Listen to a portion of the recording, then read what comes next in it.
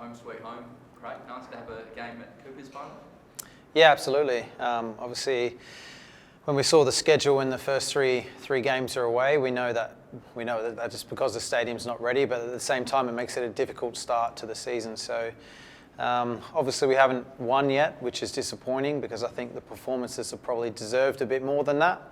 But we take great spirit heading into this first home game, especially off the back of the match in Sydney.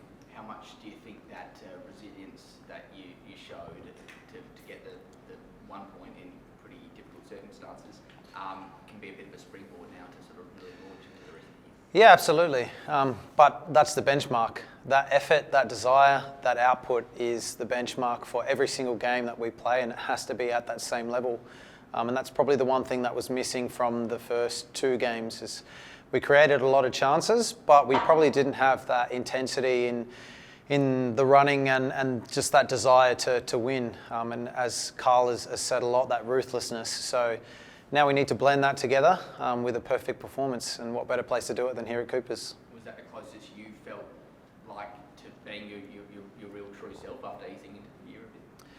Yeah, obviously after having a 1 week pre-season, if you can call it that, literally the first week of training, it's obviously difficult to get the minutes into the legs, but 90 minutes under my belt and I'm feeling good. I'm happy with the way I'm feeling fitness-wise and performance-wise. It's there as well, and I know that there's a lot more to come from me, but in particular from the team as well. We're showing glimpses of what we can do and what we can achieve, but I'm very confident that we're going to have a good year, and we really need to get that going in this next game. With the frustration of the manner of the red card, still managing to pick up a point, the past week, is it almost desperate to get back onto the pitch, just almost right a few wrong? Yes and no. Obviously, we're happy with the decision for Hiroshi's red card to be overturned and that he can play this weekend. It's obviously disappointing from that side because it made it very difficult for the game against Sydney when we were looking, I think, in a very comfortable situation. But that's football. Sometimes they get the decisions wrong, but thankfully they've rectified that, and we just have to focus now on our own performance. We know Perth bring a different challenge, and we have to know that we have to be matching that intensity that we showed against Sydney, and then being ruthless in front of goal.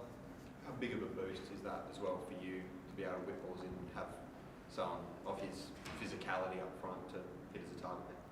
Yeah, of course, having Hiroshi in the team makes it a bit easier for me in terms of having a target man to cross the ball to, and helps with our style of play.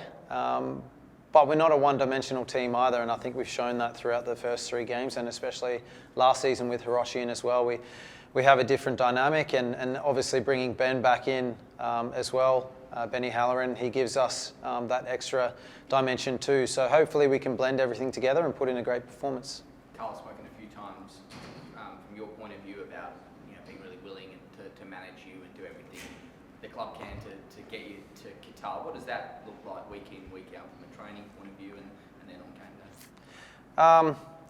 Well, right now it's business as usual. I'm in with the team. It's every single training session. It's obviously now playing in the games, and it's not doing anything different than what you would do normally. Perhaps the return to play was more that, in that I didn't go through the usual steps that we would probably take to get me back on the pitch, but we did what we thought was required for me to be ready playing games and putting myself in that situation.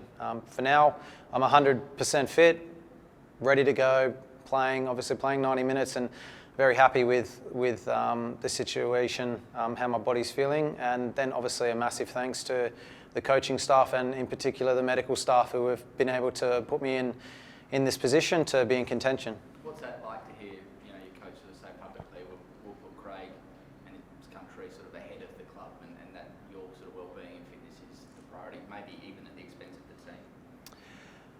Yeah, for me it's an interesting one because I think both of that coincide with each other. I think the best thing for me and my chances with the national team is Craig Goodwin doing well with Adelaide United. If my performances aren't good with Adelaide, or I'm not at a good place, then I'm not going to get picked because I'm not doing well enough. So I think they both coincide together, and that, yes, in terms of the return to play, they've perhaps given me, let's say, more leniency in what needed to be done to get back to that point. But at the same time, I've had a lot of treatment and keep on top of that to make sure that everything's okay. But we're in a good position, and it does fill me with a lot of confidence. Obviously, the coach doing what he can to help me, but for me, he's putting me in the position to help the team, and that's the most important for me, is to help Adelaide United Football Club win games.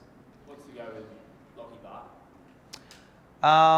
I'm not 100% sure. I think he's done his calf, so he's going to be out for a couple of weeks. Obviously, last week just gone, and perhaps one more. So, yeah, it's a calf injury, and we'll see how he pulls up over the coming weeks. You guys got a cursed sort of centre-back position there. I think last year you maybe rolled through 14 different combinations back there. Yeah, it was last year somewhat problematic for us, and this year we've obviously had a few different centre-back pairings in every game so far. So I would say it's a bit unlucky in terms of that as well. But thankfully we have a good squad, and whoever's come in has done well. So I think it's about making sure that the players that aren't necessarily playing now that are ready at any point to come in. Have you noticed that depth already? Like the injury list is, it's only sort of 5 or 6 players, but it's 5 or 6 players for the most part that would be featuring in an extended squad every single week. Yes, early on our depth as a team has been tested, but everyone that's come in has put in a good shift. Obviously, you would like to have the whole team fit and everyone available. But this is what happens throughout the year and throughout football. Everyone has to be ready for their chance when they come in, and you have to be ready to nail down that spot so no one takes it back when they're fit.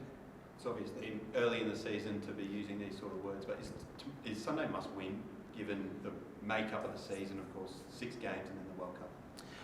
I think we have to approach every game as a must win. You have to have that attitude that you're going out to win the match every single time. Yes, in terms of the break with the World Cup coming up, it is important to try and put as many points on the board as we can, and especially games at home. We want to make Coopers a fortress, as it's always been for us, and we have to pick up as many points as possible. Of course, yesterday the Socceroos putting out the video which you were a part of to send that message to Qatar. What has your reaction been to getting such a big feedback around the world? Yeah, I think it's obviously really positive. The intent behind that video is to obviously try and make football and the World Cup an inclusive environment for everyone involved, and just obviously to touch on the human rights and make sure across the board that we've got that covered. How does, as a sort of more general sense, how does that sit with you playing a World Cup in a country where human rights are such a hot issue?